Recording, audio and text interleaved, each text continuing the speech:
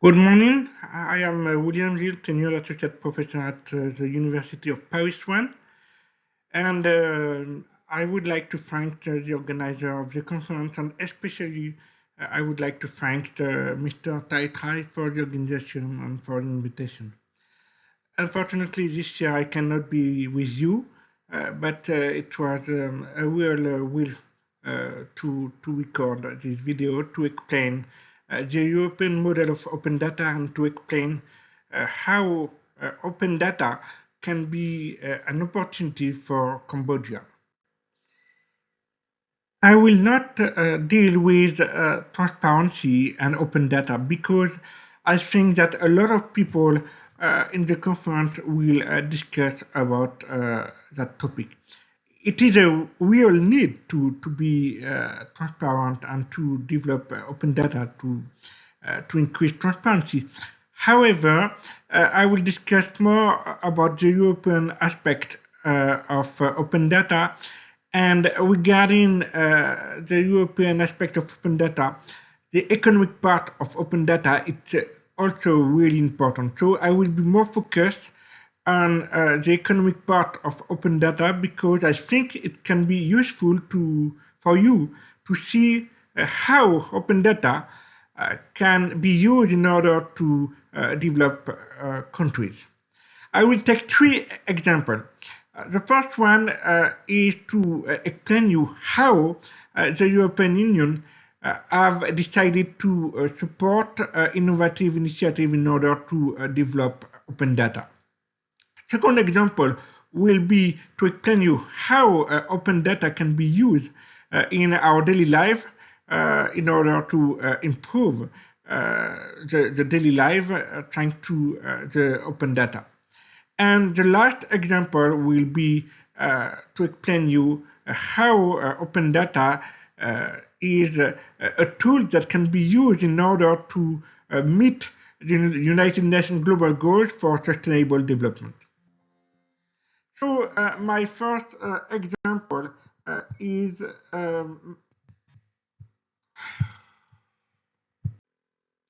So my first part is to explain you how the European Union decided to support innovative initiatives in order to increase open data. The first example will be to discuss about Europeana, that is cultural open data, and that is a way in order to promote European culture thanks to open data. Europeana is a European initiative that is supported by the European Union.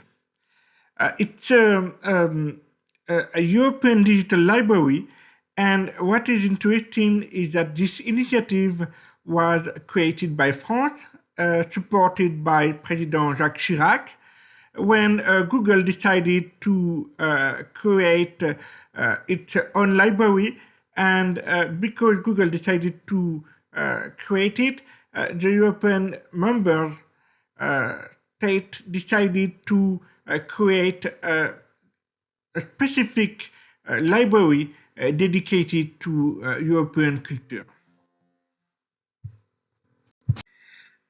The issue was that Google decided to create its library, that is probably a good thing, but the member of the European Union understood that the books that will be put online will be essentially work in American English. It means that it will be American culture that will be promoted, but not the European culture.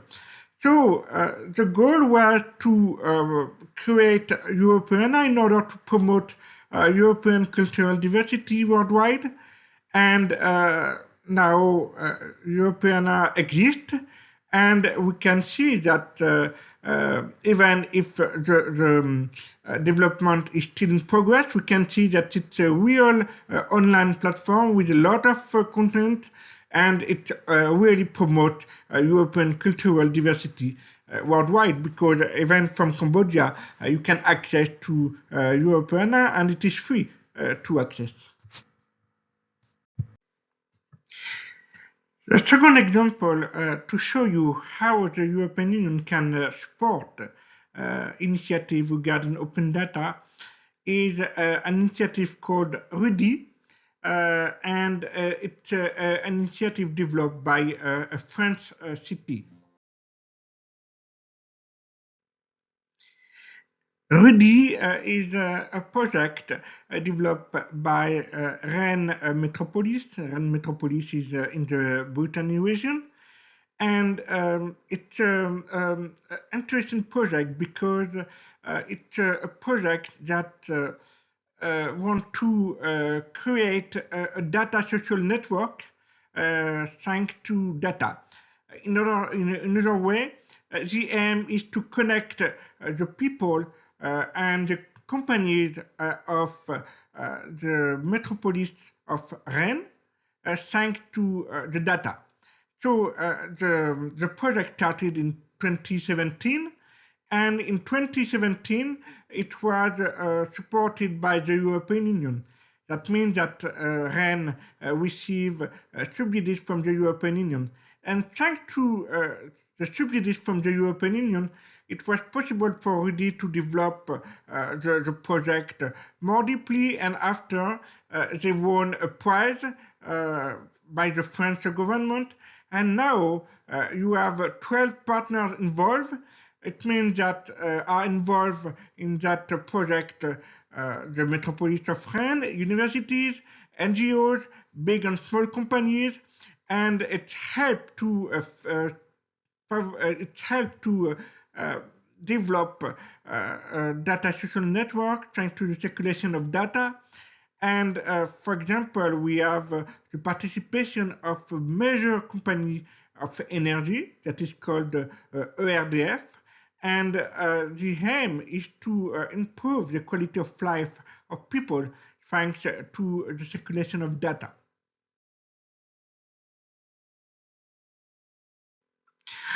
The second part of my speech will be to discuss about the Data Act and the right to repair, because it's an example of the renewal of open data law in Europe, and that new regulation is at the service of the circular economy. Before explaining you the importance of the Data Act in order to develop a right to repair, I will just recall you some words of the former Secretary General of OECD that recall us that it is very important that, of course, we need growth, but we need growth without environmental damage and without worsening social inequalities and regional imbalances. So we have to keep in mind that development is important, but we are also facing climate change, and the question is how we can develop countries without creating environmental damage. And the good news is that thanks to open data, it is possible to develop countries without environmental damage.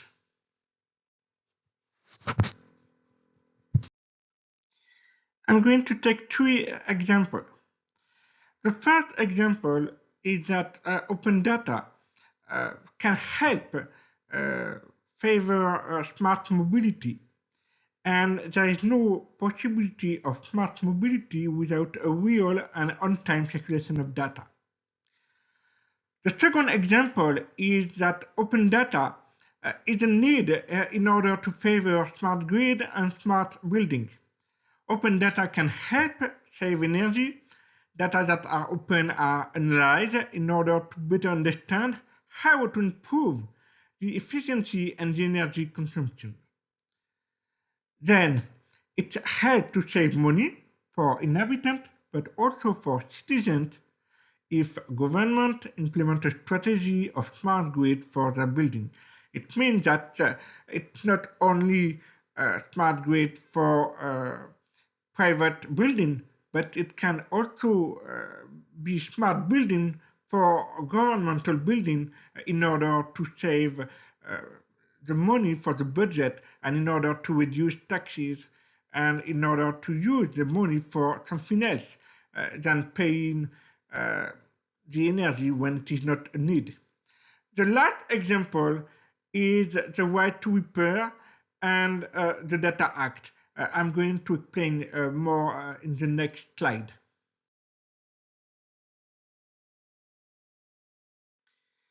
First, I would like to recall some figures because you can see the impact of the Data Act. According to the European Union, thanks to the Data Act, it will increase the GDP of the European Union of 270 trillion euros by 2028. It will increase productivity of companies, and it will increase also the productivity of construction, mobility, and industrial sectors. The possibility to increase the productivity, it is because thanks to the Data Act, it will be easier to make access to the data, and so it will be easier to analyze on real time the data. And the last point is that the Data Act will favor budget saving, and according to the European Union, if we only focus on the healthcare sector, by 2030, the European Union should save 120 million euros a year for the health budget. So you can see that thanks to the circulation of data, it's possible to earn a lot of money and to use the money for something else. The other point is that we use more and more connected and electronic objects, and we have to say that it is not only for citizens but also for a government department.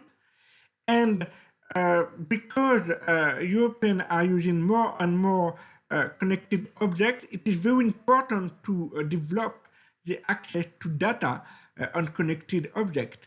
The goal of the European Union is to increase the right to repair, because we cannot repair a connected or electronic object if we don't have access to the data.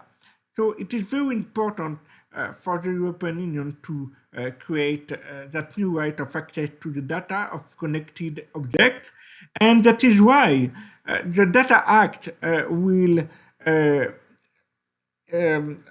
create a new obligation in order to get the right of the consumer to access the data. So the consumer will have the right to access the data on the data that are collected by connected objects, and it is really a new opportunity to increase competition, and it is an opportunity to also create a new market, because before the implementation of the Data Act, I said before, but it's not yet implemented, but the text have been adopted, so it will be implemented very soon.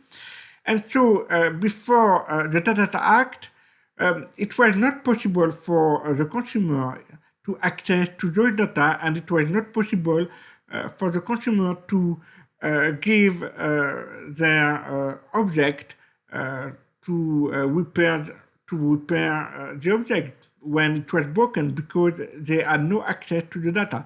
So with the new regulation, the consumer can access to the data and can give the data to another company that accept to repair the connected object.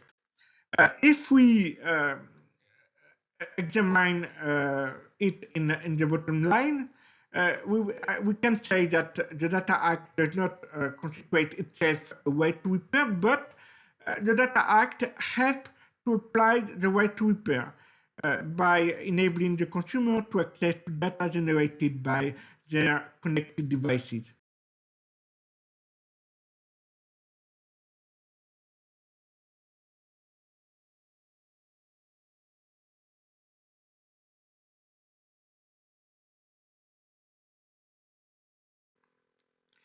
Of course, if the right to repair is more developed, that means that there will be less pollution. And so there is a transition with the last part of my speech, which deal with open data and the United Nations Global Goals for Sustainable Development. I'm not going to develop a lot because I don't have a lot of time, but what I would like to say is the following.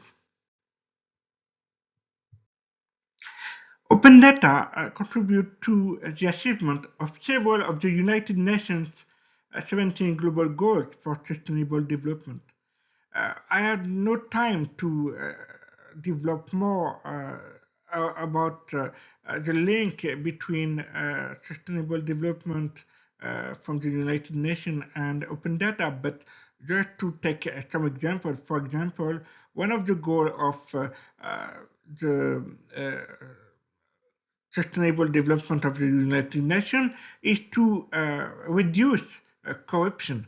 Of course, if you develop open data, if you inform more the people about the way the government use the money, it reduces the corruption.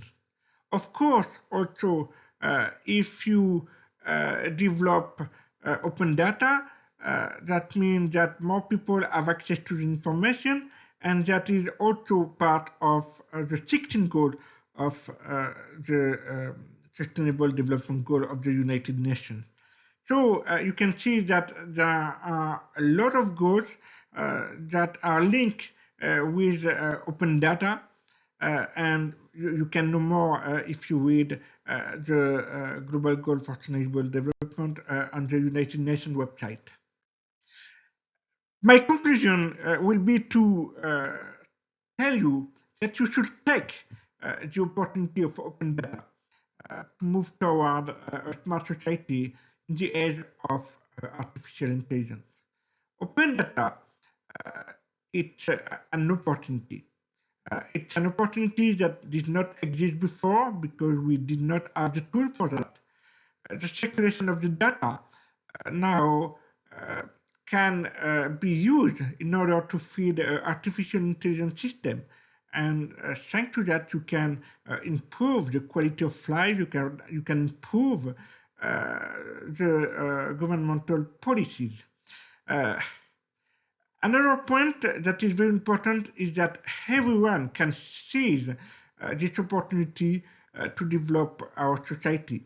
I mean, open data can be done by government, it can be done by citizens, by journalists, companies, and NGOs. So if we want to have a real development of open data in a country, that means that it's not only the government to do the job, but it's the government, citizens, journalists, companies, NGOs, all of the system should be aware of the importance of open data and should be aware about the opportunities that open data can create for the quality of life. And so that's why, for me, open data it's a real opportunity for Cambodia in order to increase growth thanks to the circulation of data. That is the European model. The European model is to use the data in order to create a single market of data, in order to create a better quality of life for the European citizen. And I think it should not be reserved for European. Cambodia can develop the same model. Of course, at Berestabuka, we assist government and companies. You have my contact email here if you want to contact me. And once again, I would like to thank the organizer of the conference. I would like to thank the Tai Tai, Executive Director of Open Development Cambodia, because this conference about open data is very, very important. I wish you a nice conference and hope I will have the opportunity to be with you next time.